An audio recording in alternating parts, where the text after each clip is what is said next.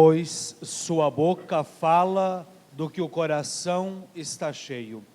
Estimado diácono, queridos irmãos e irmãs, nosso Senhor Jesus Cristo, neste 8º domingo do tempo comum, veio nos convidar a olharmos com bastante atenção o nosso interior, a nossa alma, e nos perguntarmos do que o nosso coração, do que a nossa alma estão repletos. Afinal de contas, a boca fala daquilo que o coração está cheio. A boca revela aquilo que trazemos dentro de nós, aquilo que trazemos em nossa alma. A primeira leitura do livro do Eclesiástico nos traz isso com muita clareza. O autor sagrado usa 3 comparações. Primeiro, a peneira, essa mesma peneira que os construtores usam quando vão peneirar a areia para fazer ali a argamassa, deixando claro, olha, se joga a areia na peneira, vai peneirando, e o que fica por cima, aquelas pedras, é o refúgio. Então, a palavra, ela revela aquilo que não há também de bom no coração do homem. A segunda comparação é o do vaso no forno. Quando o oleiro ele vai trabalhar com argila, não é pegar um pouco de argila de qualquer jeito e colocar dentro do forno, dar o formato que ele quer e colocar dentro do forno. Há a qualidade, às vezes a necessidade da mistura com outro tipo de argila, de ir amassando, trabalhando. Só depois que é preparado ali o vaso e colocado sobre o fogo, se prova se a argila é boa ou não, porque se não é boa, ela trinca, e se trinca, perde a utilidade, Um vaso trincado não segura líquido, não segura nada, portanto não serve para nada também. E a terceira comparação, quando ele fala que o fruto revela como a árvore foi cultivada. O fruto nesse caso, mais uma vez, é a palavra, revela como o coração, como a alma é cultivada. Então, nosso Senhor, de maneira muito direta, muito objetiva, está nos falando sobre aquilo que nós trazemos dentro do nosso coração, dentro da nossa alma, e como eu lhes dizia, nos convida a olharmos, cada um de nós, examinando a nossa consciência, examinando o nosso interior, nos perguntarmos o que é que nós temos trazido dentro de nós. Agora, não só examinar e nos perguntar o que nós temos carregado dentro de nós. Isso nos leva a uma segunda pergunta: como é que isso foi parar lá dentro? Como é que estas coisas vão parar lá dentro? Pensando naquilo que não é positivo, aquilo que não é bom, palavras que não são boas, pensamentos que não são bons e que em consequência levam muitas vezes a atitudes que também não são boas. Então, realmente a pergunta de hoje é: como é que isso vai parar lá dentro? Ora, meus irmãos e irmãs, a nossa alma, o nosso interior é alimentado pelos nossos sentidos. E é justamente sobre este ponto que nós devemos refletir e nós devemos ter muito cuidado. E eu ousaria dizer que possivelmente, se nós tanto padecemos para vencer algumas realidades que nos afligem, algumas tentações, alguns pecados que persistem em nos tentar, nos derrubar, geralmente é porque nós negligenciamos naquilo que diz respeito ao que nós consumimos pelos olhos ou pelos ouvidos. Nós negligenciamos demais isto. Começamos pelos ouvidos. Eu não vou aqui entrar em todos os pontos, até para não nos estendermos demais, mas pegarmos alguns talvez mais diretos, objetivos, comuns, pelos ouvidos. Por exemplo, a música que nós escutamos. Nós negligenciamos demais. Nós achamos normal ouvir qualquer porcaria. E quando o padre está falando em qualquer porcaria, eu não estou falando apenas naquelas músicas onde a letra é claramente algo ruim. Porque quando a letra é algo ruim, eu penso que qualquer pessoa de bom senso se dá conta que aquilo não presta, e logo descartaria. Suponho, embora sei que não é bem assim, porque tem muita gente que acha, mas é só uma música, é só uma letra, você escuta uma vez, duas, quando vê você está cantando, você está pensando aquilo, você está querendo fazer aquilo. Estou errado? Não. Mas o grande problema não é só a letra, porque como eu estava lhes dizendo, a letra, ela claramente demonstra o seu conteúdo. O problema é que nós devemos ter mais cuidado, não só com a letra, mas também com a parte musical, porque a parte musical também determina comportamento. Se você conversar com qualquer bom profissional da área da neurologia, da parte comportamental, esse profissional vai dizer o quanto aquilo que eles chamam de padrão vibratório influencia no nosso cérebro. Tanto que, se a gente observar a questão das músicas, as músicas elas são muitas vezes seccionadas por tipo de ambiente ou daquilo que você quer fazer. Vou dar um exemplo simples.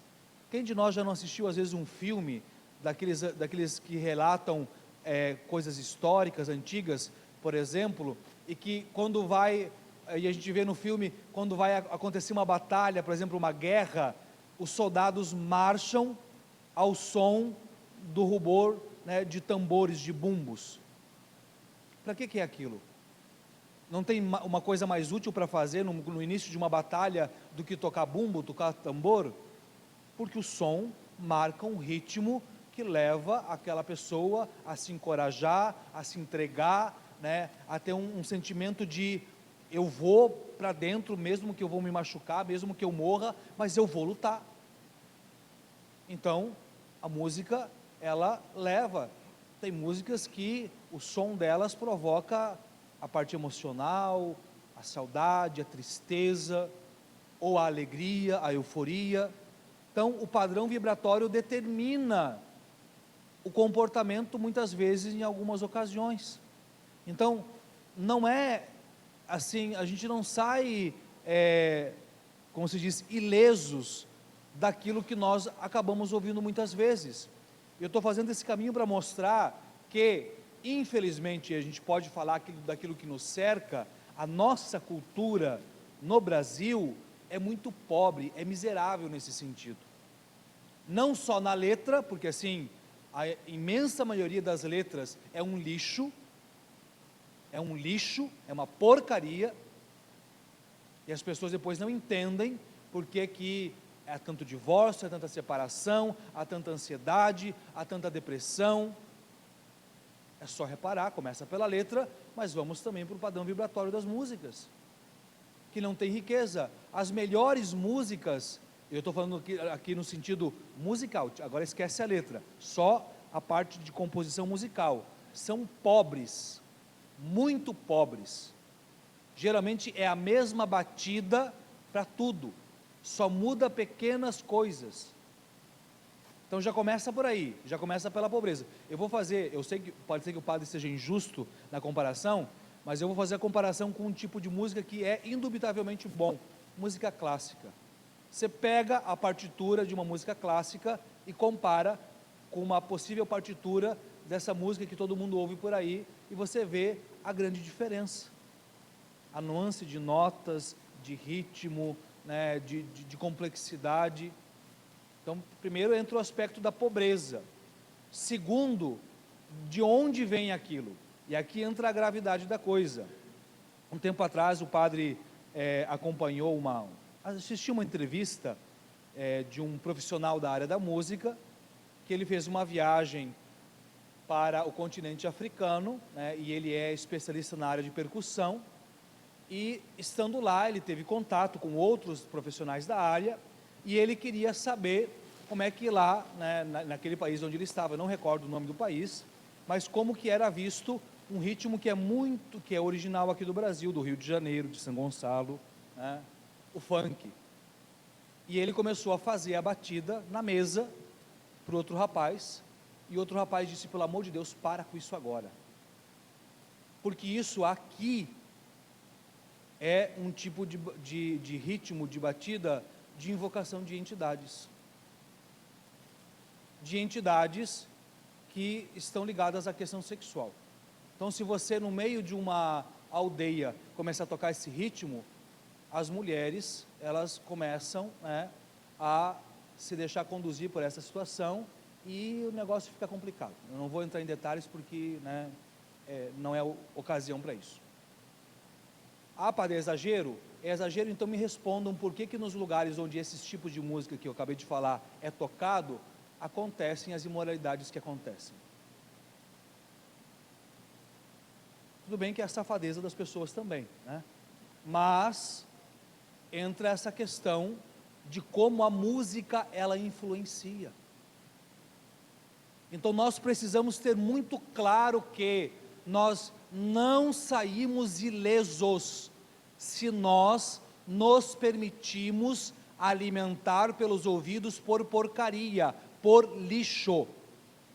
E eu quero deixar bem claro que eu não estou dizendo que então agora só vou ouvir música da igreja, não. Existem muitas músicas consideradas populares ou não cristãs que são boas e que não tem problema nenhum. Mas nós precisamos aprender a separar as coisas. Ah, padre, mas como é que eu vou saber? Bom, tem algumas que eu acho que não precisa, ninguém tem dúvida nenhuma de que não prestem em hipótese alguma. Agora, se o padrão vibratório da música, ela determina o padrão comportamental de quem ouve, é só você dar uma olhada para aquele ciclo social, aquele círculo, melhor, social, de pessoas que costumam ouvir só aquela música, e olha o comportamento delas, e você já vai saber se a coisa presta ou não. É bem simples. É bem simples. E eu não estou falando só de moral sexual, estou falando de todos os aspectos de comportamento. Se a música incita a violência, se a música incita a insubordinação, enfim, o que quer que seja. É só você olhar e você vai ter muito claro isso. Então você não quer ser arrastado como se você fosse um escravo das tuas lutas, das tuas batalhas. Dá uma olhada naquilo que você está ouvindo, presta mais atenção, seleciona mais. Mas também não só os ouvidos, os olhos. Então, o tipo de filme, hoje, né, séries, qualquer coisa, talvez mais do que filmes e séries, o que nós acompanhamos por redes sociais, né, hoje todo mundo tem na palma da mão um celular, onde está ali, tudo, redes sociais, mídias, e é uma descarga de informação audiovisual o tempo inteiro, e onde muita coisa também, muita porcaria nos é oferecida. Então também temos muito cuidado com aquilo que os nossos olhos recebem como alimento. Santa Teresa de Ávila dizia que a imaginação é a louca da casa, né? No sentido de que, olha, ela pega tudo aquilo que você deu para a sua alma, para o seu cérebro, e ela usa para qualquer coisa, né? Vai misturando. É daí que muitas vezes vêm as tentações, as dificuldades, os pensamentos desenfreados, que a gente para e pensa, mas aonde que eu estou pensando numa coisa dessas? Vem daí. Nada vem do nada. A única coisa que foi criada do nada foi o universo, e o único capaz de criar as coisas do nada é Deus. Nós não. Então, não pensemos que ver determinadas imagens não vão gerar em nós alguma coisa. Nós vamos nos acostumando com aquilo, né? Aquilo de algum modo vai nos influenciando, nos acostumando, e quando eu digo não só no sentido de sermos tentados a cairmos em determinado pecado, mas também de achar que aquilo está certo, está normal, está bom, não tem problema. E eu estou falando de um modo geral, aqui eu não estou falando só, por exemplo, sexto mandamento, não. Estou falando de um modo geral. Muitas coisas. Então nós temos que ter cuidado com o que nós vamos absorvendo. Entra aqui e aí junta, né, o áudio e de fato o visual, temos que ter cuidado com todo o conteúdo que nós assimilamos. Entraria talvez a questão, por exemplo, da leitura. Não é, hoje infelizmente, não é algo do qual a gente discorre muito, porque as pessoas praticamente não leem. Porém, temos que ter cuidado com aquilo que se lê. Também, no sentido de que a gente pode estar oferecendo para a nossa alma, se não uma coisa que é ruim, mas uma coisa que é insossa, que não traz bem nenhum. Eu vou ser bem franco que às vezes, né, quando o padre entra numa livraria, dá um pouquinho de angústia, porque é difícil você encontrar uma livraria que venda bons livros. E eu não estou falando, mais uma vez, não estou falando de coisa cristã, estou falando de literatura universal mesmo, seja a internacional, a nacional. Você olha, às vezes é 70, 75, 80% dos livros são uma porcaria. Não oferece uma boa literatura, porque a boa literatura, ela enobrece a alma. A boa cultura, ela faz bem para a alma. Mas só se oferece porcaria. A maioria dos livros que se publica hoje é uma porcaria. Mas além da questão do livro, como eu dizia, infelizmente hoje não é o principal, porque não se lê tanto, infelizmente, mas entra também a questão de quem nós nos deixamos influenciar, né? Nós vivemos a era dos chamados digitais influencers, né? Sujeito que geralmente não arruma nem a cama dele, não lava nem a louça dele, mas quer influenciar o mundo sobre algum aspecto.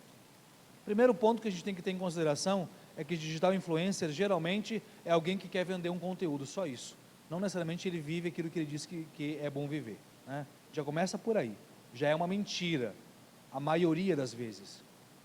E mesmo que não seja mentira, o conteúdo geralmente não é algo que vá fazer tão bem assim.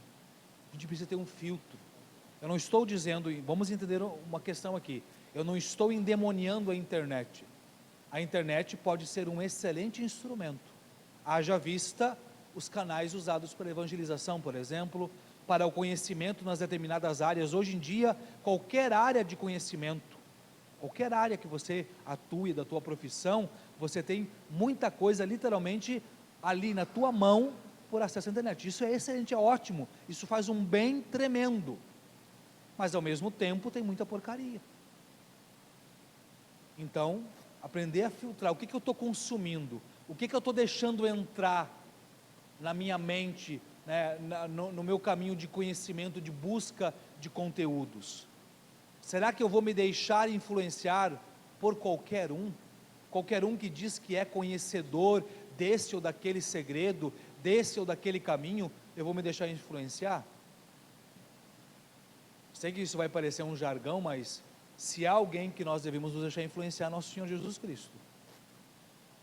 Ele sim. Ele nós devemos constantemente nos perguntar: Senhor, o que eu faço diante disso? Como é que eu me comporto, né, diante dessa situação? Bom, até aqui fizemos um caminho nos perguntando sobre como que essas coisas vão parar dentro de nós. Agora também é importante avaliarmos como é que nós usamos aquilo que vai parar dentro de nós, pensando, né, idealmente que a gente filtra, né, então boa música, boa leitura, bons conteúdos, mas usando o exemplo da peneira lá do livro do Eclesiástico, hora e outra escapa algum refúgio, né? Então a gente tem que ter cuidado sempre de como também a gente coloca as coisas para fora. A palavra disse, a boca fala do que o coração está cheio, mas a questão não é só o conteúdo, aquilo que o coração está cheio, também há um segundo ponto, como nós falamos. Então, imaginando, né, uma questão ideal, que o nosso coração está em 95% cheio de coisas boas, de reta intenção. Agora, na hora de colocar isso para fora, eu diria que são 3 pontos que nos ajudariam muito. Primeiro, pensar antes de falar. Gente, vamos ser francos, quanta briga quanto desacordo, quanta confusão nós deixaríamos, nós evitaríamos que acontecesse se nós pensássemos antes de falar algumas coisas. Especialmente quando se trata de momentos mais acalorados. Para e pensa, por exemplo, na tua vida familiar, quanta briga deixaria de acontecer dentro de casa, quanta confusão deixaria de acontecer se a gente pensasse antes de falar. Porque no pensar entram os elementos que são importantes. Primeiro, eu realmente preciso falar isso? Porque tem realidades, meus irmãos e irmãs, que é melhor silenciar sim. Então a primeira coisa é pensar, eu realmente preciso falar isso? Necessariamente eu tenho que responder isso daqui? Porque muitas vezes fica naquela questão de que a resposta é só um desejo errôneo de dar o troco por aquilo que a pessoa falou. E aí fica aquele ping-pong, aquele bate-leva, e a gente sabe onde vai dar.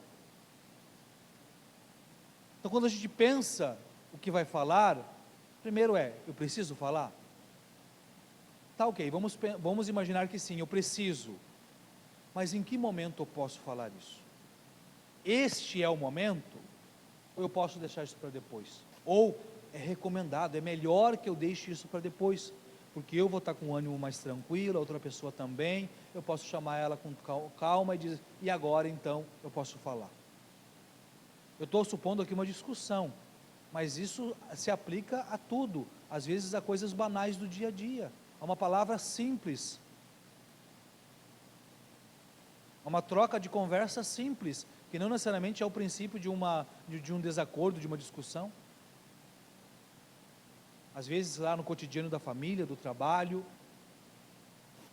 acho que não vale a pena falar, não, acho que eu preciso, mas não nesse momento, depois eu falo. E o terceiro elemento se sim eu preciso falar, escolhido o momento, como eu vou falar?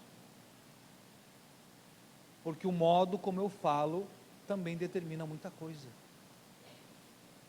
A carga emocional, o modo como eu me expresso, muito simples. Se eu chegar aqui para vocês e disser, saiam da igreja agora, ou eu disser, por gentileza, vocês podem sair da igreja? Deu ou não deu uma diferença grande? Mas eu falei a mesma coisa. Então o modo como eu falo, as palavras que eu escolho, o tom de voz, tudo isso molda o modo como eu vou colocar as coisas. De tal maneira que, mais uma vez, a boca fala daquilo que o coração está cheio. Você pode estar cheio de boa intenção, mas o modo como você falou, estragou tudo. Quer dizer, teu coração está cheio de boa intenção, mas há um ressentimento, há uma raiva, e aí você estragou a coisa no meio do caminho. As pedras se misturaram com a areia no meio do caminho, não separou direito. Então, meus irmãos e irmãs, esse caminho que nosso Senhor nos proporcionou fazer de reflexão, eu creio que toca profundamente a nossa vida no cotidiano, de maneira muito prática, e nos ajuda muito, muito mesmo, a pensarmos como nós temos, por um lado, alimentado a nossa alma, o que nós temos colocado para dentro, mas também nos ajuda a pensar como nós estamos agindo, como nós estamos fazendo na hora de colocar isso para fora. E isso vai de fato nos ajudar, e a gente volta um pouquinho no Evangelho, quando Jesus disse, olha, não pode um cego querer guiar outro cego, porque os dois vão cair no buraco. Você não pode chegar para o teu irmão e dizer, deixa eu tirar a cisco do teu olho, se você está com uma trave. À medida em que nós vamos trabalhando e assimilando, separando aquilo que não presta e nos alimentando daquilo que é bom, e vamos aprendendo a usar isso, ou seja, o modo de falar, nós poderemos sim guiar o irmão que precisa, nós poderemos sim tirar o cisco, ajudar o irmão a tirar o cisco do olho dele, porque nós teremos tratado de tirar a trava que está no nosso, teremos tratado de não sermos mais cegos, mas de vermos a verdade, e de, com a verdade, sim, podermos não só nos libertar, mas ajudar os nossos irmãos a nos libertar. Então que esta palavra hoje nos ilumine, nos ajude a sermos mais criteriosos, mais cuidadosos com o que temos colocado para dentro do nosso coração e da nossa alma, mas também mais cuidadosos no modo como nós colocamos para fora, no modo como nós falamos, pois a nossa boca fala daquilo que o coração está cheio.